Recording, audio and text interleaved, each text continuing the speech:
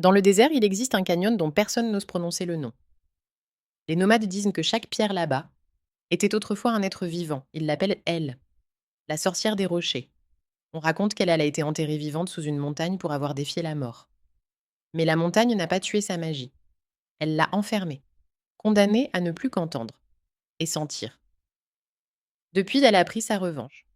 Je n'y croyais pas, jusqu'à ce que je voie des yeux dans la roche. Ils me suivaient, on marchait depuis des heures avec mon guide. Des statues de pierre, par centaines, bordaient le canyon. Toutes humaines, toutes figées dans des poses de purement humaine terreur. Certains avaient la bouche ouverte sur un hurlement pétrifié. Mon guide m'a murmuré. Ne réponds jamais aux voix. Elles suppliantent, mais ce n'est pas eux qui parlent. Je n'ai même pas eu le temps de lui demander ce qu'il voulait dire. Une femme est apparue sur la paroi. Son visage sculpté dans la roche bougeait. Ses lèvres fissurées prononçaient un mot. Aide-moi. J'ai reculé. La statue à côté d'elle s'est mise à pleurer de la poussière. Mon guide s'est figé, horrifié. Ses pieds ne bougeaient plus. Il devenait lourd. La peau de ses chevilles craquait, se fendait, et dessous, du granit. Il m'a supplié de courir, mais la terre s'est mise à vibrer.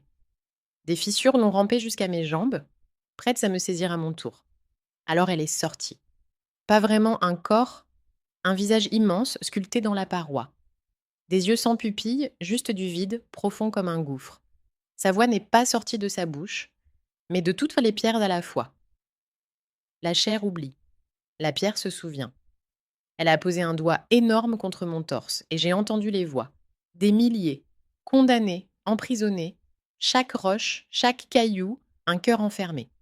Mon guide hurlait déjà, pétrifié jusqu'aux épaules. Son dernier regard s'est figé, implorant. La sorcière se pencha sur moi. Tu resteras vivant, mais immobile, pour toujours. Je me suis débattue, mais mon corps n'était plus à moi. Mes muscles se figeaient, mes larmes devenaient de la poudre. Je suis tombée à genoux. La pierre remontait ma peau, centimètre par centimètre. Minute par minute, j'ai compris alors. La mort serait un cadeau. Ici, on vit éternellement dans l'obscurité du silence et de la conscience. Bientôt, je ne pourrai plus crier, et mon visage deviendra un autre rocher qui souffre, qui attend.